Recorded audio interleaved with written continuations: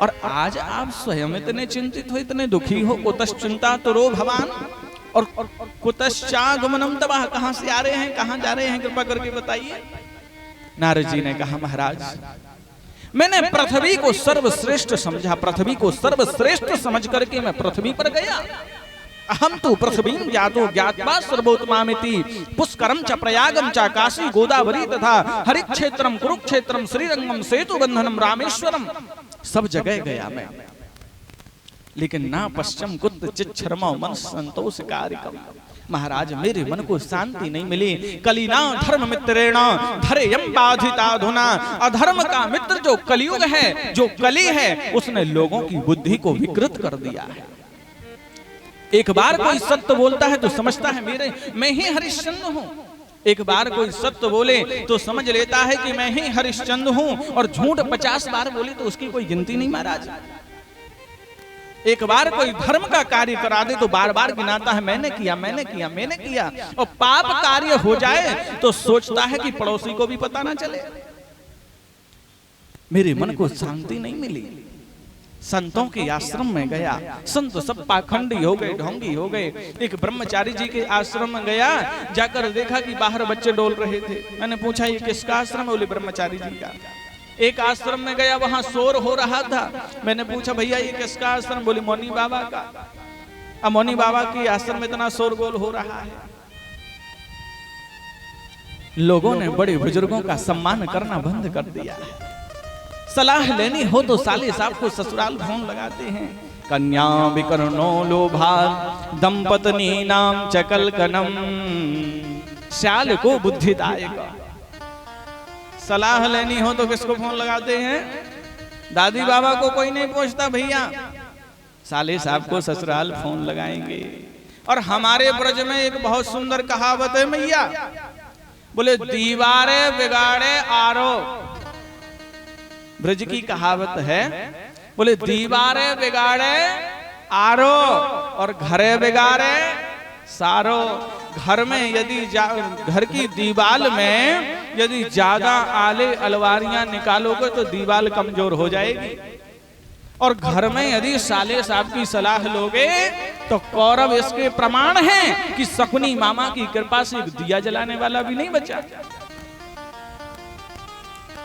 देखो सब एक जैसे नहीं होते भैया, लेकिन हमारे हाथ में देखो 4 उंगलियां हैं, और कोई छोटी कोई बड़ी, फिर उससे छोटी, फिर उससे छोटी, तो सब एक जैसे नहीं होते। मेरे कहने का तात्पर्य ये है कि सलाह लेनी हो तो सलाह लेने के लिए तुलसी बाबा ने बताया है इस संसार में केवल 3 लोग हैं सलाह लेने के लिए। कौन कौन से?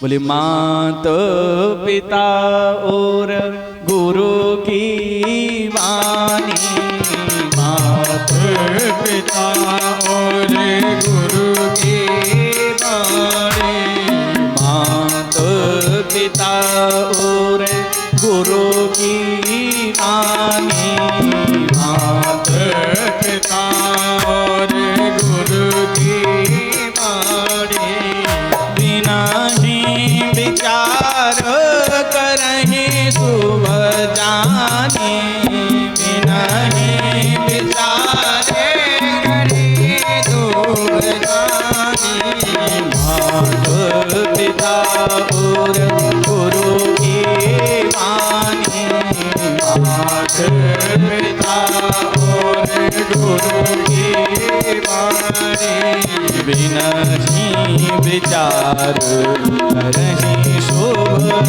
जानी, बिना ही विचार करहि शुभ जानी। इस संसार में यदि सलाह लेनी हो तो 3 लोग हैं। कौन कौन से? तुलसी बाबा कहते हैं कि मात पिता और गुरु की वाणी, और भी नहीं विचार करहि शुभ जानी। माता पिता और गुरु ने एक बार जो कह दिया आपसे, बिना सोचे विचारे भी करोगे तो भी आपका कल्याण ही होगा, कभी अहित नहीं हो सकता। सलाह लेनी हो तो माता पिता से सलाह लो, वो कभी आपके बारे में गलत नहीं सोचते। इस संसार में यदि कोई निस्वार्थ प्रेम करता है तो या तो वो गुरु होता है या फिर माता पिता होते हैं। और तो सब स्वार्थी हैं, और तो सब स्वार्थ वश आपसे प्रेम करते हैं। सुर नर मुनि जन की यह रीति, स्वार्थ लाग करहि सब प्रीति। इस संसार में हर एक व्यक्ति स्वार्थ से आपको प्रेम करता है, बिना स्वार्थ के कोई किसी से प्रेम नहीं करता। आपसे बात करने में हमें प्रसन्नता मिलेगी तो हम आपसे बात करेंगे, आपसे बात करने में यदि हमें कोई लाभ है तो हम आपसे बात करेंगे, वरना कोई जरूरत नहीं। इस संसार में सलाह लेनी हो तो 3 लोग हैं, लेकिन कलयुग का प्रभाव कैसा है? बोले कन्या विकर्णो लोभा दंपत्नी नाम चकलकनम, श्याल को बुद्धिदाय को। शाली साहब को ससुराल फोन लगाते, ऐसा ऐसा काम करना है, करें कि ना करें। और भैया नारद जी कहते हैं, जब मैं और आगे बढ़ा मैंने क्या देखा, एक 25 वर्षीय युवती बैठी हुई थी, उसकी गोद में 2 वृद्ध पुरुष पड़े हुए थे।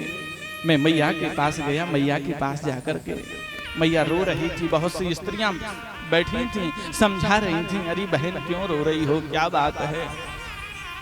मैंने मैया के पास जाकर के कहा, मैया क्या बात है, आप क्यों रो रही हो?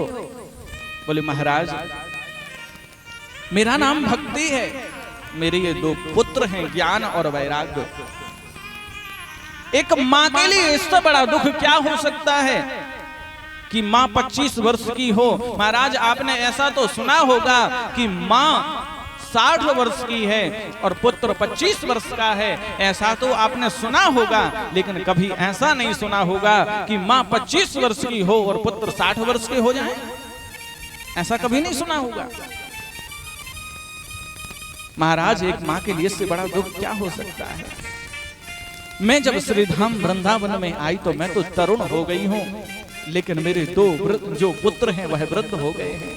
काल योगेन जर्जरो, ये कलयुग के प्रभाव से जर्जर हो गए हैं। मैंने उस मैया का दुख देखा, मैंने वेद का पाठ किया, वेदांत का पाठ किया, और महाराज गीता पाठैर मुहुर्मुहुः, बार बार मैंने गीता पाठ भी किया, लेकिन जब तक मैं वेद का पाठ करूं, जब तक वेदांत का पाठ करूं, जब तक गीता का पाठ करूं, तब तक तो उनकी मूर्छा खुली रहे। लेकिन जैसे ही मैं वेद का पाठ बंद कर दूं, गीता का पाठ करना बंद कर दूं, तो वैसे भी फिर से मूर्छित हो जाएं।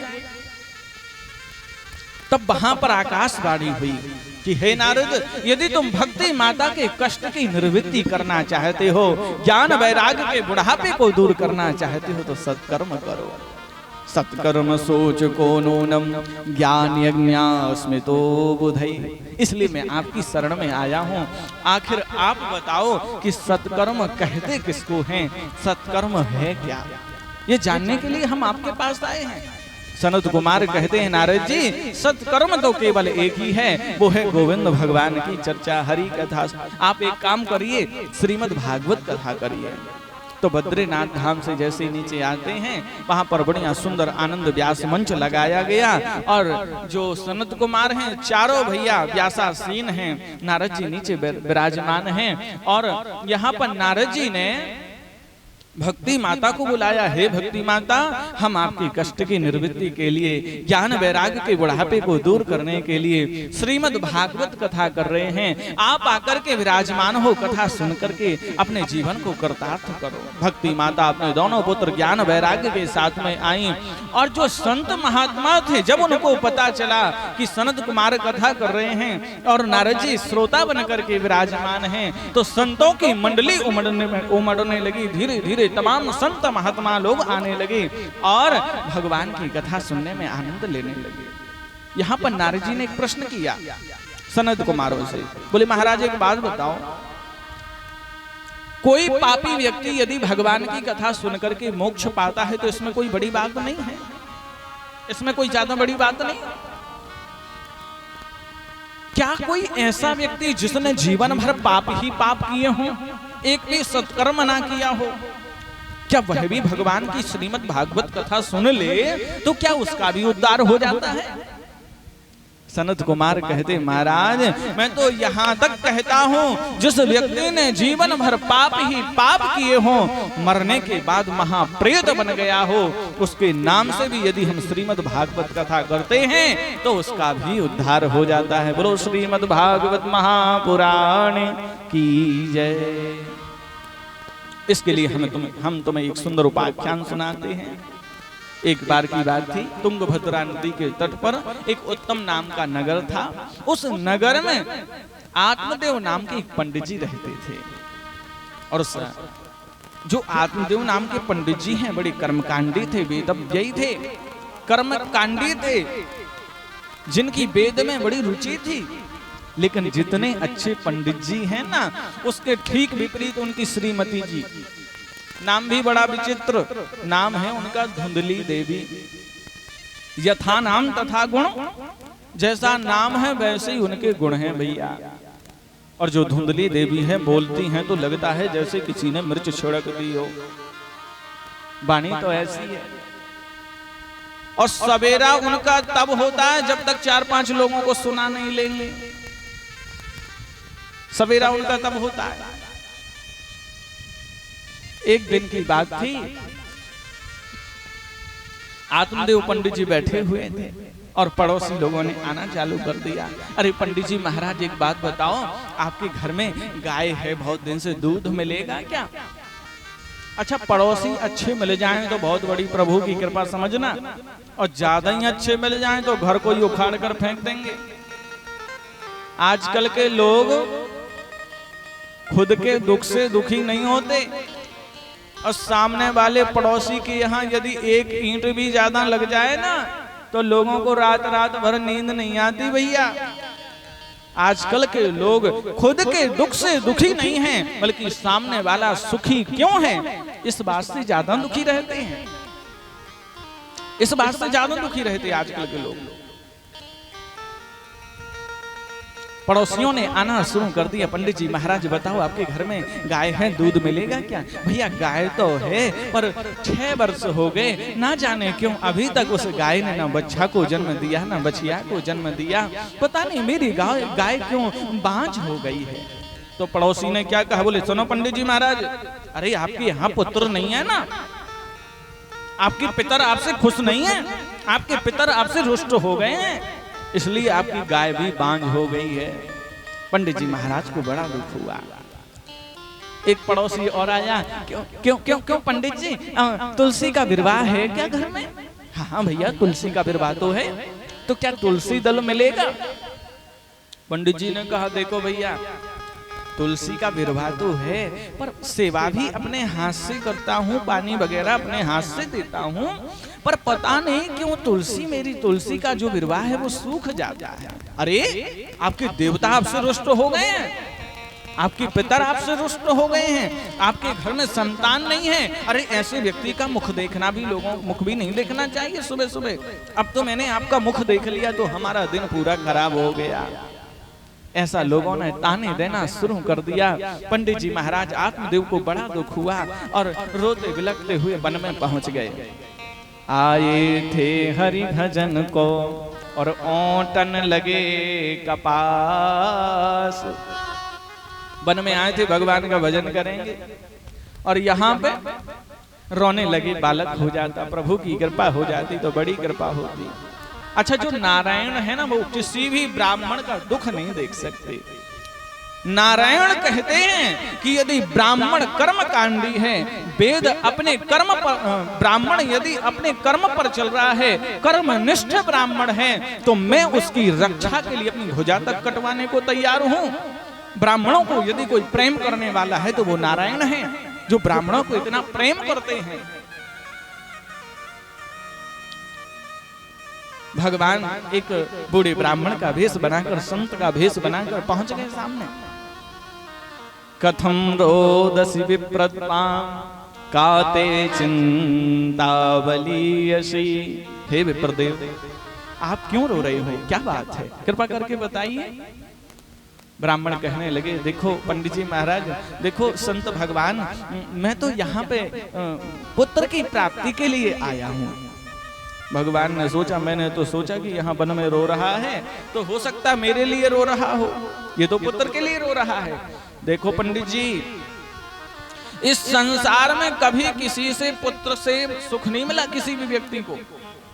पुत्र एक हो और गुणवान हो तो सारे खानदान को तार सकता है, और पुत्र यदि कुपुत्र हो गया और वह एक लोटा घी भी तुम्हारा खपार फोड़ करके भर देगा ना, तो फिर भी तुम्हारा उद्धार होने वाला नहीं है।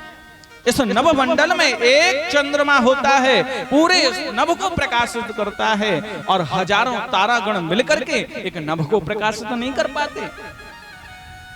तो पुत्र एक हो और गुणवान हो तो खानदान भर को तार देगा। देखो मैं ये कह रहा हूँ पंडित जी, आप एक काम करो, आपको पुत्र की इच्छा है ना, तो एक काम करो, गोविंद भगवान को अपना पुत्र बना लो। वो तो सबसे सब कुछ नाता निभा सकते हैं, सबको सब कुछ बना सकते हैं। आप उनको पुत्र बना लो, आपका जीवन सुधर जाएगा। पुत्र से कभी किसी को सुख नहीं मिलता। तो पंडित जी कहने लगे, देखो मैं यहाँ पे आपके पास में आया, मैंने कहा मुझे पुत्र चाहिए तो पुत्र